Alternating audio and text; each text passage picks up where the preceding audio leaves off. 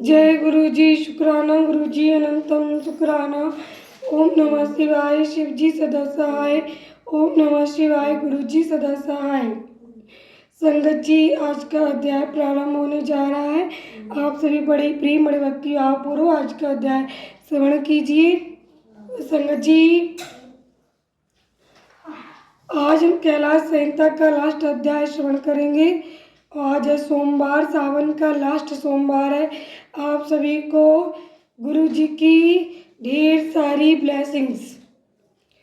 और इस अध्याय को आप सभी बड़े प्रेम पूर्वक श्रवण करें और अन्य संगत परिवार के लिए भी शेयर करें ताकि आपको भी उसका फल प्राप्त हो। इति की द्वादश कृत्य का वर्णन, स्कंद और वामदेव का कैलाश पर्वत पर जाना तथा सूत जी के द्वारा इस संहिता का उपसंहार। चलिए शुरू करते गुरु मंत्र के साथ। ओम नमः शिवाय। शिव जी सदा सहाय। ओम नमः शिवाय। गुरु जी सदा सहाय। स्कंद जी कहते हैं, वामदेव 12वें दिन प्रातः काल उठकर श्राद्ध करता पुरुष स्नान नृत्य कर्म करके शिव भक्तों, यतियों अथवा शिव के प्रति प्रेम रखने वाले ब्राह्मणों को निमंत्रित करे। मध्याह्न काल में स्नान करके पवित्र उन ब्राह्मणों को बुलाकर भक्ति भाव से भक्ति पूर्वक विधि पूर्वक भांति भांति के स्वादिष्ट अन्न भोजन कराए। फिर परमेश्वर के निकट बिठाकर पंचावर्ण पद्धति से उनका पूजन करे। तत्पश्चात मौन भाव से प्राणायाम करके देश काल आदि के कीर्तन पूर्वक महान संकल्प की प्रणाली के अनुसार संकल्प करते हुए असमदुरोही पूजा कर से मैं अपने गुरु की यहाँ पूजा करूँगा, ऐसा कहकर कुसुम का स्पर्श करे।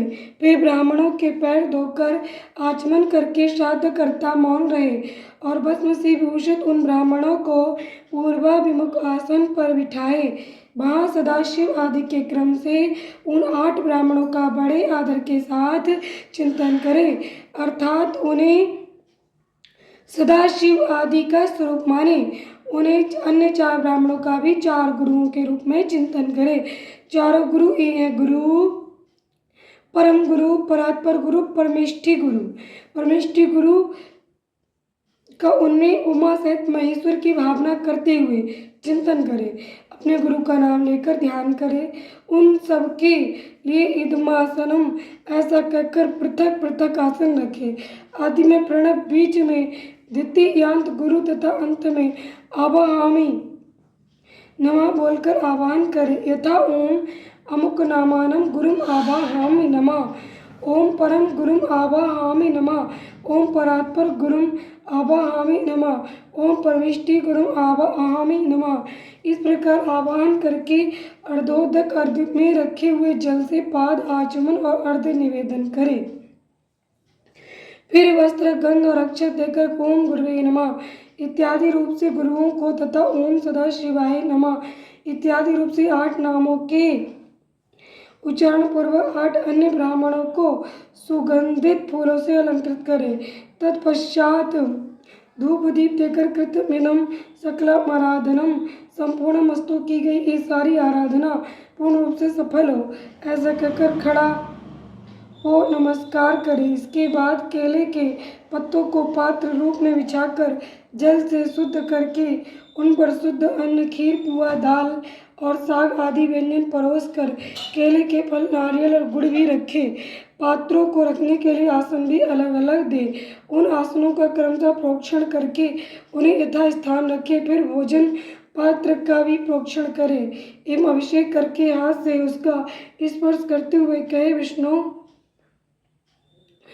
अभिमिदं रक्षस, हे विष्णु इस भविष्य को आप सुरक्षित रखें। फिर उठकर उन ब्राह्मणों को पीने के लिए जल देकर उनसे इस प्रकार प्रार्थना करें, सदाशिवादयो मैं प्रीता वरदा भवन्तु, सदाशिव आदि मुझ पर प्रसन्न हों, अभिष्ट वर देने वाले हों।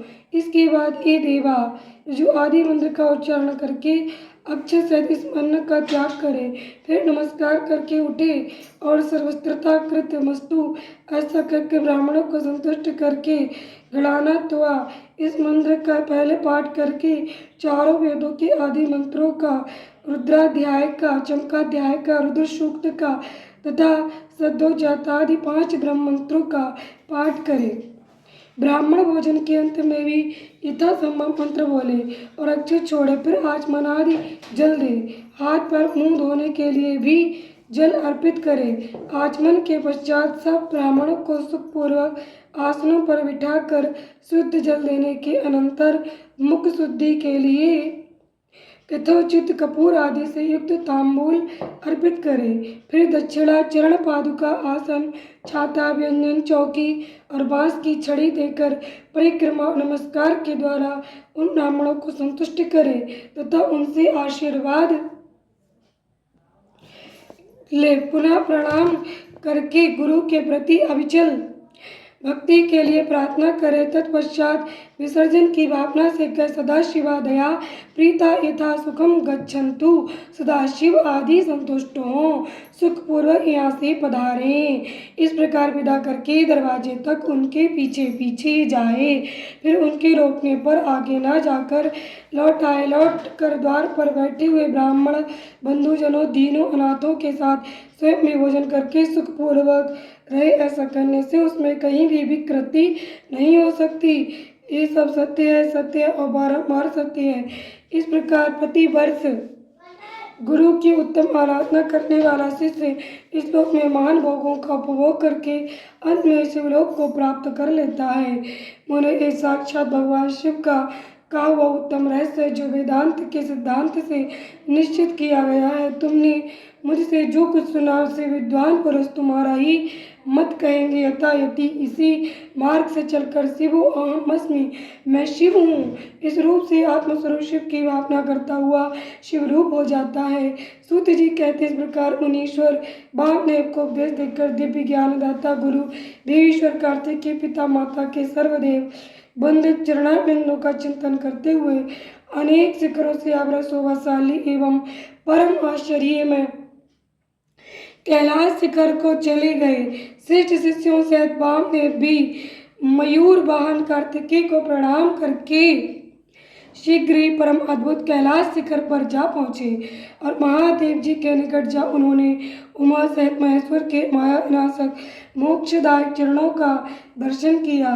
फिर भक्ति भाव से अपना सारा अंग भगवान शिव को समर्पित करके वे शरीर की सुधि बुलाकर उनके निकट दंड की भांति पड़ गए और बारंबार उठ कर नमस्कार करने लगे।